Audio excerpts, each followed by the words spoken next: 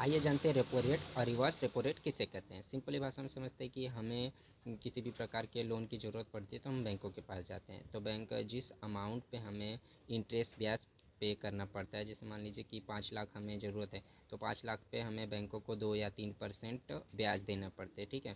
उसी प्रकार बैंकों को जब कैश की ज़रूरत पड़ती है तो बैंक आरबीआई के पास आती है कैश के लिए, ठीक है।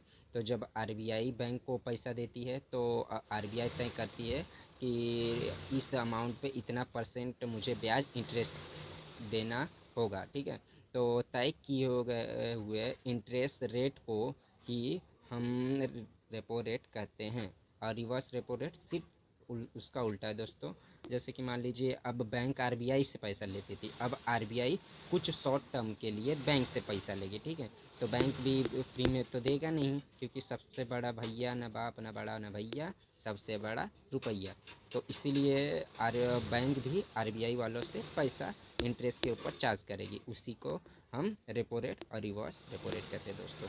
इस इकोनॉमी के ग्रोथ और इन्फ्लेशन के बीच में बैलेंस संतुलन बनाए के रखने के लिए आरबीआई हमेशा अपने रेपो रेट को चेंज करते रहती है दोस्तों।